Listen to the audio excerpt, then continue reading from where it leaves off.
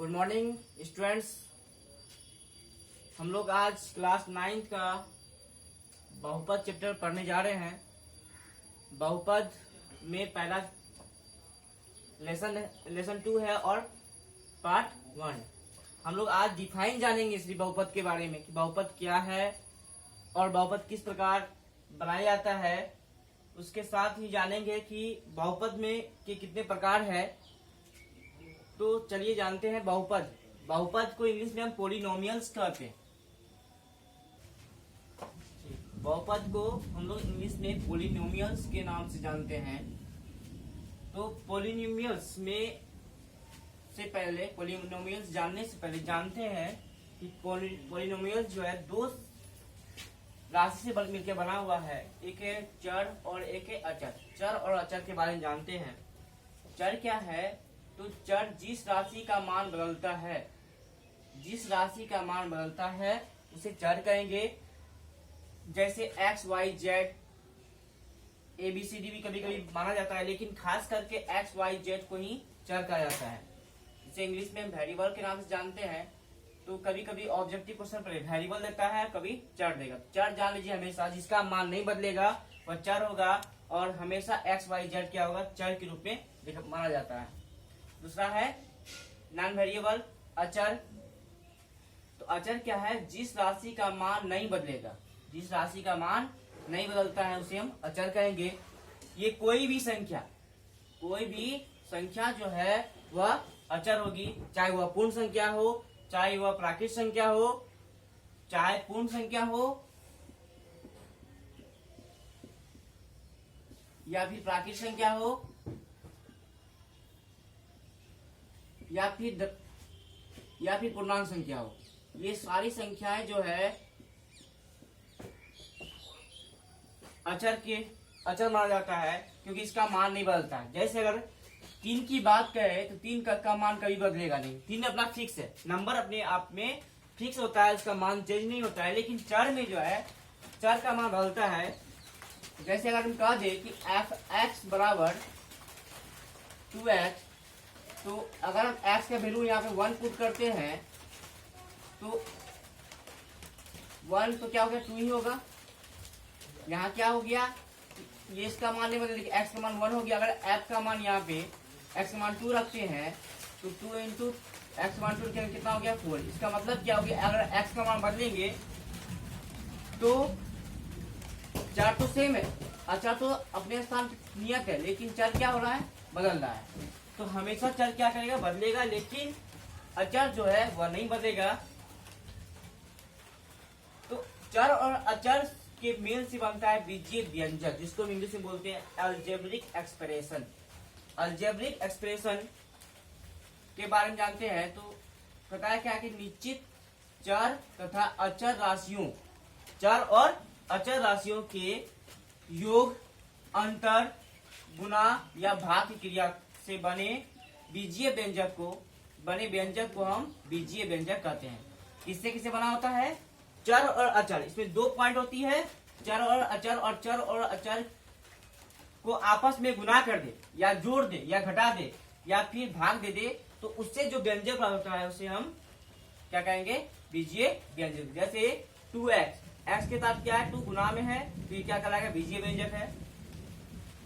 ये क्या है? यहाँ पर 4x, x के साथ क्या है? 4 गुणा में है, और 5 यानी कि ये अचर हो गया, ये भी अचर है और ये चर हुआ। चर के साथ गुणा में है, भाग में है, गुणा में और जोड़ में है, तो ये बीजीय व्यंजक कहलाएगा। यहाँ पे बट्टे में क्या होता है? भाग। यह भाग है तो भी क्या होगा? यह बीजीय व्यंजक कहलाएगा। तो ये 3 चीज इंपॉर्टेंट है बहुपद को जानने के लिए। तो बहुपद जानते हैं। बहुपद को इंग्लिश में पॉलिनोमियल्स कहते हैं, पहले मैंने बताया। और पॉलिनोमियल्स क्या है? तो कहता है क्या है कि यदि बीजीय व्यंजक में चर के सभी घात, चर के सभी घात जो है वह धनात्मक पूर्ण संख्या हो, तो उसे क्या कहेंगे? बहुपद कहेंगे। लेकिन एक कंडीशन है कि धनात्मक होगा, ऋणात्मक नहीं होगा। कहता है बीजीय व्यंजक में चर का मान क्या होगा? सभी घात, चर के सभी घात धनात्मक होंगे धनात्मक पूर्ण संख्या होंगे और ऋणात्मक नहीं होगा तो उसे हम बहुपद कहेंगे। जैसे x square plus 3, 2x square plus 4x plus 5, 9y minus 3। यहाँ क्या है, ये 2 क्या है, तो एक पूर्ण संख्या है। पूर्ण संख्या के बारे में मैंने पहले ही क्लास में बताया है।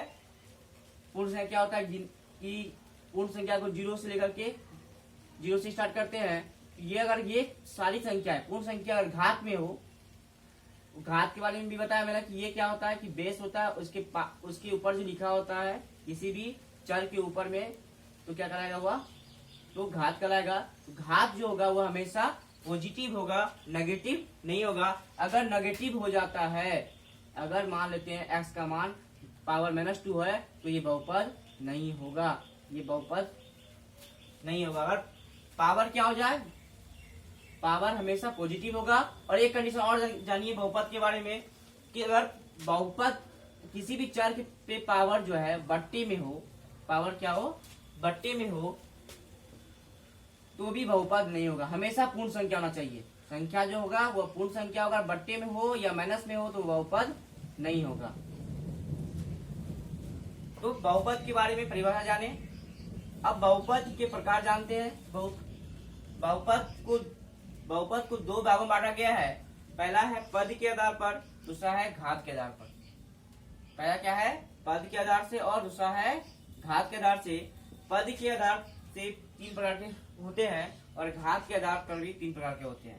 पहला है एक पदी बहुपद, दूसरा है द्विपदी बहुपद और तीसरा है त्रिपदी बहुपद। चलिए जानते हैं इन तीनों के बारे में। तो पहला क्या है, एक पदी बहुपद कहता है जिस बहुपद में एक पद हो, पद की संख्या कितनी होगी, 1 होगी, तो उसे एक पदी बहुपद कहते हैं। तो यहाँ एग्जाम्पल देखिए, जैसे x या 2x या 4y, इसमें इसके साथ कोई संख्या जुड़ा हुआ नहीं है। अगर इसके साथ कुछ भी संख्या जोड़ देंगे, जैसे x + 2 कर दे, तो ये बहुपद, तो ये द्विपदी बहुपद कराएगा, एक पदी बहुपद नहीं कराएगा। एक पदी बहुपद के लिए एक ही पद होना चाहिए, और वो भी क्या होना चाहिए, चर के साथ होना चाहिए। ठीक है। द्विपदी बहुपद क्या होता है कि जिस बहुपद में 2 पद हो, पदों की संख्या कितनी हो गई, 2। अगर पदों की संख्या 2 हो जाएगा तो द्विपदी बहुपद कराएगा। जैसे 2x + 3, 3y - 7, 4y + 8 इत्यादि। उसके बाद त्रिपदी बहुपद, तो जिस बहुपद में क्या होगा, 3 पद हो, जिस बहुपद में 3 पद होगा वह त्रिपदी बहुपद कराएगा। जैसे 2x + 3y + z, यहाँ 3 पद है। 3x - y + 4 3 पद है। या फिर हम कह सकते हैं कि अगर ऐसा क्वेश्चन दे x² + 2x + 5, तो ये भी त्रिपदी बहुपद होगा। यानी पद की संख्या हमेशा 3 होना चाहिए। अगर पद की संख्या 3 है तो त्रिपदी बहुपद है। अगर पद की संख्या 2 रहेगा तो द्विपदी बहुपद होगा। पद को ध्यान रखना है। तो ये 3 बताया किसके बारे में, पद के आधार पर, एक पदी, द्विपदी और त्रिपदी। चलिए जानते हैं घात के आधार पर क्या है, रेखिक बहुपद, द्विघाती बहुपद और त्रिघाती बहुपद।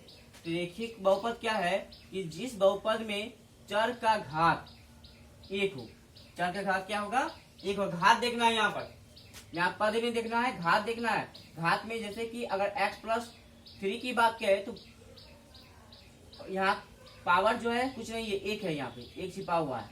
और पावर 1 को कभी लिखा नहीं जाता है, वह छिपा हुआ रहता है।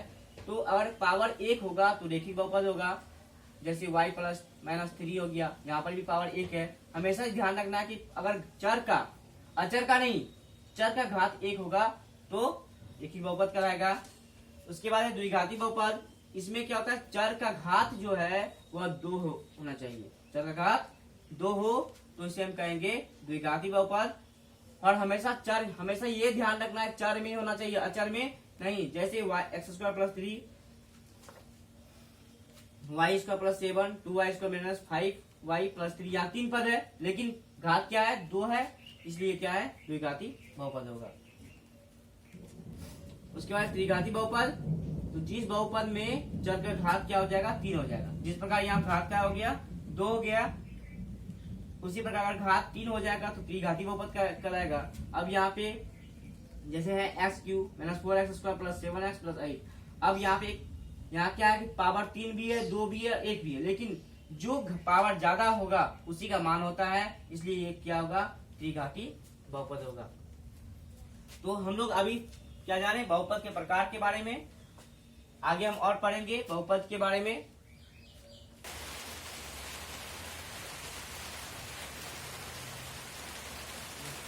हम लोग जो पढ़े उसके आधार पर कुछ क्वेश्चन है, कुछ होमवर्क है, उस होमवर्क को सॉल्व करना है। पहला क्वेश्चन है बहुपद क्या है और ये कितने प्रकार के होते हैं, इसको लिखना है। चर और अचर को परिभाषित करना है। बीजीय व्यंजक किसे कहते हैं। इसके बाद निम्न बहुपद की पहचान करना है, इनमें से कौन कौन बहुपद है, और जो बहुपद में नहीं है उसमें नहीं लिखना है, जो उसमें है उसमें हाँ लिखना है। पहला है x square minus 3x plus 4। दूसरा है एक्स के पावर -2 प्लस 3x माइनस 9। तीसरा है 4x के power half plus 3x minus 9 root X plus 3। पांचवा है 3x cube minus 9x square plus 2x plus 5। उसके बाद है 2x cube minus 4x plus 3। उसके बाद है 2x square minus 3/x plus 4। x cube minus 4x square minus 3x plus 8। उसके बाद 2x के power -2 4x square minus plus 3 और लास्ट है 2y माइनस 3। इसमें क्या करना है, बहुपद जो है उसे लिखना है, कौन कौन बहुपद है कौन कौन बहुपद नहीं है। तो इसे आप सॉल्व करके व्हाट्सएप पे सेंड करेंगे। तो आगे हम कुछ इसके बारे में चर्चा करेंगे। आज के लिए इतना ही।